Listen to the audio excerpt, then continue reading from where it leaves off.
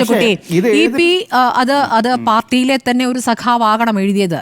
ഇതിപ്പോൾ EP ഒരു പുസ്തകം എഴുതുകയാണെങ്കിൽ തന്നെ പാർട്ടിയുമായി ബന്ധപ്പെട്ട കാര്യങ്ങളാണ്, അത് പാർട്ടിയെ അറിയിക്കേണ്ടതാണല്ലോ. അത് EP ചെയ്തിട്ടില്ല എന്ന് വേണ്ടേ മനസ്സിലാക്കാൻ. അങ്ങനെ ഒരു പുസ്തകം എഴുതാൻ പോകുമ്പോൾ സ്വാഭാവികമായും അത് പാർട്ടി അറിയണം. ഇപ്പോൾ P ജയരാജൻ്റെ പുസ്തകം അത് പ്രകാശനം ചെയ്യാൻ പിണറായി വിജയൻ തന്നെ വന്നത് നമുക്കറിയാമല്ലോ. അതിൽ വിവാദ വിഷയങ്ങൾ ഉണ്ടായിട്ട് പോലും അതിനോട് താല്പര്യമില്ല എന്ന് പറഞ്ഞു, അതിനോട് പൂർണ്ണമായി യോജിക്കുന്നില്ല എന്ന് പറഞ്ഞുകൊണ്ടാണ് അദ്ദേഹം അതിൻ്റെ പ്രകാശനം നിർവഹിച്ചത്. അത് നമ്മൾ കണ്ടതാണ്. ഇപ്പോൾ EP ഒരു പുസ്തകം എഴുതുന്നു പറയുമ്പോൾ അത് പാർട്ടി അറിയേണ്ടേ? ഇനി അത് എഴുതാൻ സഹായിച്ചത് ഒരു സഖാവാണ്, ദേശാഭിമാനിയിലെ ഒരു ലേഖകൻ തന്നെയാണ് എന്നാണ് എനിക്ക് കിട്ടിയ വിവരം. അറിയില്ല, അങ്ങനെയാണെങ്കിൽ തന്നെ അതും അദ്ദേഹമായാലും പാർട്ടിയെ അറിയിക്കേണ്ടതല്ലേ? അങ്ങനെയാണെങ്കിൽ ആ തരത്തിൽ കൂടി പാർട്ടി അതിൽ അന്വേഷിക്കേണ്ടതല്ലേ? അല്ല, ഇതിലുള്ള പ്രശ്നം എന്താണെന്ന് വെച്ചാൽ EP ജയരാജനും അദ്ദേഹത്തിൻ്റെ പാർട്ടിയും തമ്മിൽ കഴിഞ്ഞ കുറേ കാലങ്ങളായിട്ട് വലിയ പ്രശ്നങ്ങളുണ്ട്.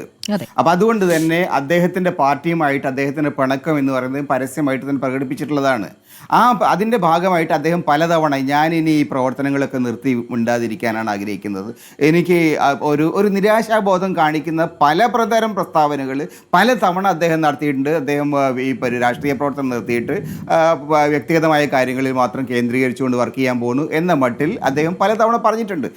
മാത്രമല്ല, അദ്ദേഹത്തിൻ്റെ പാർട്ടി അദ്ദേഹത്തെ വളരെ പരസ്യമായിട്ട് അപമാനിക്കുന്ന തരത്തിൽ പ്രവർത്തിച്ചിട്ടുണ്ട്. LDF കൺവീനർ സ്ഥാനത്തുനിന്ന് അദ്ദേഹത്തെ മാറ്റിയതുമായിട്ട് ബന്ധപ്പെട്ട വളരെ ഗൗരവമുള്ള ചർച്ചകൾ സെക്രട്ടറി നടന്നിട്ടുണ്ട്. കാരണം ആ വിഷയം സെക്രട്ടേറിയറ്റിൽ പോലും ചർച്ച ചെയ്യാതെ ഏകപക്ഷീയമായിട്ട് മുന്നോട്ടിടുകയുണ്ടായിട്ടുള്ളത്. അപ്പോൾ അങ്ങനെയുള്ള കാര്യങ്ങളിൽ EP എന്ന് പറയുന്ന വളരെ പ്രമുഖനായിട്ട് രാഷ്ട്രീയ നേതാവിനെ അദ്ദേഹത്തിൻ്റെ പാർട്ടി അദ്ദേഹത്തെ ട്രീറ്റ് ചെയ്ത രീതിയെക്കുറിച്ച് അദ്ദേഹത്തിന് പരാതിയുണ്ട്. അപ്പം അതുകൊണ്ട് അദ്ദേഹം ഇന്നല്ലെങ്കിൽ നാളെ ഒരു പക്ഷേ പാർട്ടിയിൽ നിന്ന് വിട്ടുപോകാനിടയുണ്ട്. പക്ഷേ ഈ വിഷയത്തിൽ ഇന്ന് നിലനിൽക്കുന്ന സാഹചര്യത്തിൽ അദ്ദേഹം തനിക്ക് പാർട്ടി നേതൃത്വവുമായിട്ട് ചർച്ച ചെയ്യണോ വേണ്ടയോ തുടങ്ങിയ കാര്യങ്ങൾ അദ്ദേഹമാണ് തീരുമാനിക്കേണ്ടത്. പാർട്ടിയിൽ തുടരാൻ അദ്ദേഹം ആഗ്രഹിക്കുന്നില്ലെങ്കിൽ പിന്നെ പാർട്ടിയുമായിട്ട് ചർച്ച ചെയ്യേണ്ട കാര്യമില്ല. പക്ഷേ ഈ പ്രൊഫഷണലായിട്ടുള്ള സ്ഥാപനം എന്ന നിലയിൽ അദ്ദേഹത്തിൻ്റെ ഒരു പുസ്തകം പ്രസിദ്ധീകരിക്കുന്ന സമയത്ത് അദ്ദേഹത്തിൻ്റെ പൂർണ്ണമായ അനുമതി പൂർണ്ണമായിട്ടും വാങ്ങാനുള്ള എന്താ പറയുക ഒരു നിഷ്ഠ അല്ലെങ്കിൽ ഒരു തീരുമാനം അല്ലെങ്കിൽ ഒരു ഉത്തരവാദിത്വം ബന്ധപ്പെട്ട പ്രസാധകർക്കുണ്ട്. രണ്ടാമത് പ്രസിദ്ധീകരിക്കുന്ന രീതി, ഇത് പുസ്തകം പ്രസാധനം ചെയ്യുന്നുള്ള വിവരം പുസ്തകം പ്രസാധനം ചെയ്യുന്നപ്പോൾ എഴുത്തുകാരനും കൂടി ഉണ്ടാവുന്നതല്ലേ ഒരു ഭംഗി. ഞാൻ കണ്ട എല്ലാ പുസ്തക പ്രസാധനത്തിനും എഴുത്തുകാരന് കൂടി ഉണ്ടാവും. അതിലാണല്ലോ ശ്രീ നേരത്തെ രാജു പി നായർ പറഞ്ഞത്, സാമൂഹ്യ മാധ്യമങ്ങളിൽ ഇത് നാളെ ഇത് പ്രസാദനം ചെയ്യുന്നു എന്നുള്ള കാര്യം, ടാഗ് ചെയ്തിരിക്കുന്നു എന്നുള്ള കാര്യം ഇന്നലെ രാത്രി 9 മണിക്ക് തന്നെ സംഭവിച്ചിട്ടുള്ളതാണ്. ഇനി EP-ക്ക് ഇതൊന്നും അറിയാത്ത ആളല്ല. കാരണം EP ദേശാഭിമാനിയുടെ കാര്യത്തിൽ ദേശാഭിമാനി പഴഞ്ചൻ സംവിധാനത്തിൽ പോകുന്നു, അവിടെ അത് പുതിയ യുഗത്തിലേക്ക് പുതിയ രീതികളിലേക്ക് മാറണമെന്ന് ആവശ്യപ്പെടുകയും അദ്ദേഹം അവിടെ മാനേജറായിരിക്കുന്ന ഘട്ടത്തിൽ ഒരുപാട് മാറ്റങ്ങൾ വരുത്തുകയും ചെയ്തിട്ടുള്ളതാണ്.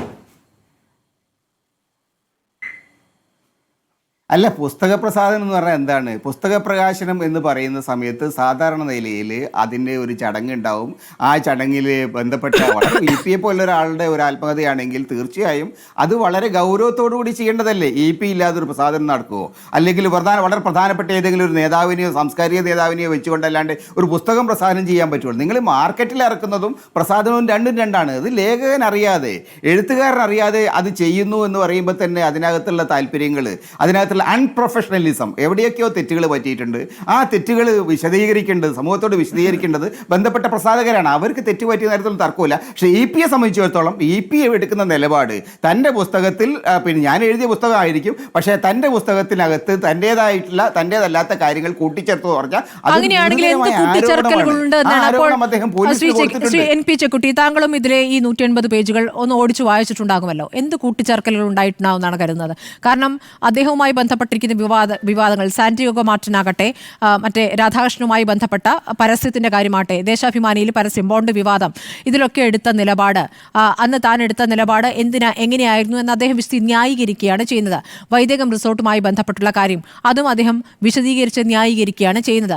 അപ്പോൾ ഈ കാര്യങ്ങളൊന്നും പാർട്ടി തൻ്റെ കൂടെ നിന്നിട്ടില്ല. ദേശാഭിമാനി പഴഞ്ചൻ സംവിധാനത്തിൽ പോകുന്നു, അവിടുത്തെ മാനേജർമാരെ പോലും മാറ്റുന്നില്ല എന്ന കാര്യം വളരെ വിശദമായി തന്നെ പറയുകയാണ്. പുതിയ സംവിധാനങ്ങളിലേക്ക് പോകേണ്ടതുണ്ട്. ദേശാഭിമാനി തിരുവനന്തപുരത്ത് പുതിയ കെട്ടിടം എടുത്തത് തൻ്റെ കാലത്താണ്, മലപ്പുറം എഡിഷൻ തുടങ്ങിയത് തൻ്റെ കാലത്താണ്. അങ്ങനെ അതിനെ ആധുനികവൽക്കരിക്കാൻ താൻ ചെയ്ത കാര്യങ്ങൾ വിശദമായി പറയുന്നുണ്ട്. അവസാന ഭാഗത്ത് അവസരവാദ രാഷ്ട്രീയം, ഈ തരത്തിൽ പെട്ടെന്ന് മറുകണ്ഠം ചാടുന്നവർ സ്ഥാനാർത്ഥികളായി വരുന്നതിനെക്കുറിച്ച് PV അൻവറിൻ്റെ കാര്യവും വിശദമായി പറയുന്നു, സരിൻ്റെ കാര്യം പറയുന്നു. സരിൻ്റെ കാര്യമൊക്കെ ഈ പുതിയ കാര്യങ്ങൾ കൂടി ഉള്ളത് കൊണ്ട് അതുകൂടി ചേർത്ത് വെക്കുന്നു എന്ന് പറഞ്ഞിട്ടാണ് അത് എഴുതിയിരിക്കുന്നത്. അപ്പോൾ ഇതാണോ അദ്ദേഹത്തെ അപമാനിക്കാനായി എഴുതി ചേർത്ത്? അങ്ങനെയാണെങ്കിൽ ഏത് ഭാഗം ഇത് ഞാൻ പറയാത്തതാണെങ്കിൽ ആ ഭാഗം എന്നെടുത്ത് പറയണ്ടേ? അങ്ങനെ ഇ പി പറഞ്ഞിട്ടില്ല. ഇ പിയുടെ മുൻപത്തെ നടപടികളൊന്നും ആലോചിച്ച് നോക്കൂ ശ്രീ എൻ പി ചെക്കുട്ടി. ഒരു കാര്യവും ആദ്യം സമ്മതിച്ചിട്ടില്ല, രണ്ടാമത്തെ തവണ സമ്മതിക്കുകയാണ് ചെയ്തിട്ടുള്ളത്. ഈ ജാവ്ദേക്കറുമായുള്ള കൂടിക്കാഴ്ചയായാലും അവസാനമല്ലേ പറഞ്ഞത് എൻ്റെ വീട്ടിലേക്ക് വരികയായിരുന്നു, മകൻ്റെ ഫ്ലാറ്റിലേക്ക് വരികയായിരുന്നു എന്ന് അദ്ദേഹം പറഞ്ഞത് ഏത് ദിവസമാണ് എന്നുള്ളതാണല്ലോ പ്രധാനം. അതിന് തൊട്ട് മുന്നത്തെ ദിവസങ്ങളിൽ അദ്ദേഹം പറഞ്ഞത് എന്താണ്? BJPക്ക് നല്ല മിടുക്കരായ സ്ഥാനാർത്ഥികളുണ്ടെന്ന്. അപ്പോൾ ഇതൊക്കെ പാർട്ടിയെ ബുദ്ധിമുട്ടിലാക്കുന്ന കാര്യങ്ങൾ അദ്ദേഹം നടത്തിയിട്ടുണ്ട്. ഇന്നിപ്പോൾ ഈ MV ഗോവിന്ദൻ പറയുമ്പോൾ പോലും ഇ പി പറയുന്നതാണല്ലോ വിശ്വസിക്കേണ്ടി വരുന്നത് എന്ന മട്ടിലാണ് പറയുന്നത്, അല്ലേ? അല്ല, അതിൻ്റെ കാരണം എന്താ അറിയോ? EP എന്ന് പറയുന്ന രാഷ്ട്രീയ നേതാവിനെ ഈ ഗോവിന്ദൻ്റെ പാർട്ടിയാണ് ഏറ്റവും കൂടുതൽ അപമാനിച്ചിട്ടുള്ളത്. അദ്ദേഹത്തിന് അത് തിരിച്ച് അത് കൊടുക്കാനുള്ള സമയവും സന്ദർഭവും അദ്ദേഹം നോക്കുന്ന കാര്യത്തിൽ തർക്കമൊന്നുമില്ല. ഒരുപക്ഷെ അദ്ദേഹം CPM-ആയിട്ടുള്ള എല്ലാ ബന്ധങ്ങളും വിച്ഛേദിക്കുന്നതിന് ഞാൻ കരുതുന്നത്. പക്ഷേ പ്രധാനപ്പെട്ട കാര്യം EPയെ സംബന്ധിച്ചിടത്തോളം EPയുടെ രാഷ്ട്രീയ ജീവിതം എന്ന് പറഞ്ഞാൽ ഇന്നും നിലയും തുടങ്ങിയല്ലോ. 70-കൾ മുതലുള്ള അദ്ദേഹത്തിൻ്റെ രാഷ്ട്രീയ ജീവിതത്തിൽ, അദ്ദേഹത്തിൻ്റെ വ്യക്തിഗതമായ ജീവിതത്തിൽ, കമ്മ്യൂണിസ്റ്റ് പാർട്ടിയുടെ ആഭ്യന്തരമായ പ്രശ്നങ്ങളിൽ, അതുമായിട്ട് ബന്ധപ്പെട്ട കണ്ണൂർ ജില്ലയിൽ വിവിധ പ്രശ്നങ്ങളിൽ ഒക്കെ തന്നെ വളരെ വളരെ ഗൗരവമുള്ള, വളരെ വളരെ പ്രധാനപ്പെട്ട നിരവധി കാര്യങ്ങൾ പറയാൻ ശേഷിയുള്ള ഒരാളാണ് അദ്ദേഹം. അത് EP ജയരാജൻ സ്വന്തമായിട്ട് എഴുതുന്ന ഒരു പുസ്തകമാണെങ്കിൽ ഇപ്പോൾ ഈ 150-160 പേജിൽ നിൽക്കുമെന്ന് ഞാൻ കരുതുന്നില്ല. കാരണം അത്രയേറെ ഗുരുതരം ഈ MVR അടക്കമുള്ള സമയങ്ങളിൽ, സന്ദർഭങ്ങളിൽ പാർട്ടിക്കകത്ത് അതിരൂക്ഷമായ, ഞാൻ ആ പുസ്തകം വായിച്ചൊന്നുമില്ല കേട്ടോ, ചില പേജുകൾ മാത്രമേ ഞാൻ കണ്ടുള്ളൂ. അല്ല, ഞാൻ പറയുന്നത് അതെ ശരിയായിരിക്കും. ഞാൻ ആ പുസ്തകം വായിച്ചിട്ടില്ല, ചില പേജുകൾ മാത്രമേ ഞാൻ കണ്ടിട്ടുള്ളൂ. പക്ഷേ എൻ്റെ പ്രശ്നം എന്താ വെച്ചാൽ അദ്ദേഹം അങ്ങനത്തെ ഒരു നിലപാടെടുക്കുന്നു. ഞാൻ പറയാത്ത ചില കാര്യം കൂട്ടിച്ചേർത്ത് ഞാൻ പറഞ്ഞ കാര്യങ്ങൾ മാറ്റിയിട്ടുണ്ട്. അങ്ങനെ അദ്ദേഹം പറയുന്ന കാലത്തോളം അതാണ് ഞാൻ വിശ്വാസത്തിലെടുക്കുക. കാരണം അദ്ദേഹമാണ് എഴുത്തുകാരൻ. അല്ലെങ്കിൽ പിന്നെ ഈ DC ബുക്സ് EP ജയരാജൻ്റെ പേരിൽ വേറൊരാൾ എഴുതിയ പുസ്തകം എന്ന് പറയുകയാണെങ്കിൽ കുഴപ്പമില്ല. Ghost written by so and so അങ്ങനെയുണ്ട്, അങ്ങനെ എഴുതാറുണ്ട്. ചില ആളുകളുടെ പുസ്തകത്തിൻ്റെ പേരിൽ അത് എഴുതിയത് ഇന്ന ആളാണ് എന്ന് പലപ്പോഴും പറയാറുണ്ട്. വലിയ നേതാക്കളൊക്കെ അങ്ങനെ ചെയ്യാറുണ്ട്. ഇതല്ല, ഇത് അദ്ദേഹത്തിൻ്റെ പേരിൽ ഇറങ്ങിയ ഒരു പുസ്തകമായതുകൊണ്ട് അദ്ദേഹത്തിന് സമ്മതമില്ലാതെ, അദ്ദേഹത്തിന് പൂർണ്ണമായ സമ്മതിയില്ലാതെ അത് പ്രസിദ്ധീകരിക്കാൻ പറ്റില്ല. അവിടെയാണ് ഈ പ്രശ്നം മുഴുവൻ വന്നിരിക്കുന്നത്. അതിനകത്ത് EP എന്താണോ ഇപ്പൊ പറയുന്നത് അത് മാത്രമാണ് എടുക്കാൻ കഴിയുക. ഒരു സാധാരണ നിലയിൽ നമുക്ക് നമ്മൾ എവിടെയും പ്രചാരണത്തിന് കണ്ടിട്ടില്ല. അദ്ദേഹത്തെ ഈ കൺവീനർ സ്ഥാനത്ത് മാറ്റിയ ശേഷം അദ്ദേഹം എവിടെയും വന്നിട്ടില്ല. ഏറ്റവും ഒടുവിൽ കഴിഞ്ഞ കുറച്ച് ദിവസം മുമ്പ് മുഖ്യമന്ത്രി പിണറായി വിജയനുമായി ഒരു കൂടിക്കാഴ്ച ഉണ്ടായിരുന്നു. പാർട്ടിയിൽ EP-യുടെ ഒരു പിന്തുണ കൂടി പിണറായി ആഗ്രഹിക്കുന്നു എന്ന മട്ടിലാണ് ആ കൂടിക്കാഴ്ചയുമായി ബന്ധപ്പെട്ട വിവരങ്ങൾ പുറത്തു വന്നിരുന്നത്. അതല്ലാതെ എവിടെയും രാഷ്ട്രീയ പരിപാടികളിലോ എവിടെയും EP-യെ കണ്ടിട്ടില്ല. ഈ തെരഞ്ഞെടുപ്പ് പ്രചാരണത്തിൽ എവിടെയും കണ്ടിട്ടില്ല. അപ്പോൾ നാളെ ഇപ്പോൾ അദ്ദേഹത്തെ പാലക്കാട്ട് നിർബന്ധിതമായി എത്തിക്കുകയാണ്. നാളെ സരിന് വേണ്ടി, ഈ അവസരവാദ രാഷ്ട്രീയ കളിക്കുന്നു എന്ന് പറയുന്ന സരിന് വേണ്ടി പ്രചാരണത്തിലിറക്കിയാണ് EP-യെ നാളെ പാർട്ടി. അതൊക്കെ കമ്മ്യൂണിസ്റ്റ് പാർട്ടികളുടെ രീതിയാണ്. കമ്മ്യൂണിസ്റ്റ് പാർട്ടികൾ എല്ലാ കാലത്തും അങ്ങനെ ചെയ്തിട്ടുണ്ട്.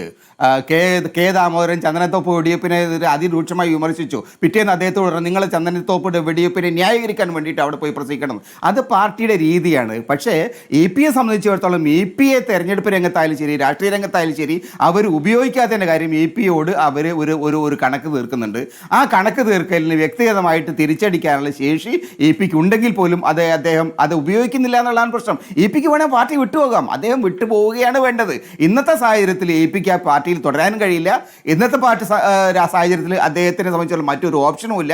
അദ്ദേഹം കാര്യങ്ങൾ വെട്ടിത്തുറന്ന് പറഞ്ഞുകൊണ്ട് പാർട്ടിയിൽ നിന്ന് വിട്ടുപോവുക എന്നുള്ള ഒരു ഓപ്ഷൻ മാത്രമാണ് അദ്ദേഹത്തിന് മുമ്പിൽ. നാളെ അദ്ദേഹം പോവുമായിരിക്കും. പോയാലും അവർ അദ്ദേഹത്തെ അപമാനിച്ചു വിടും എന്ന കാര്യത്തിൽ ഒന്നും സംശയമില്ല.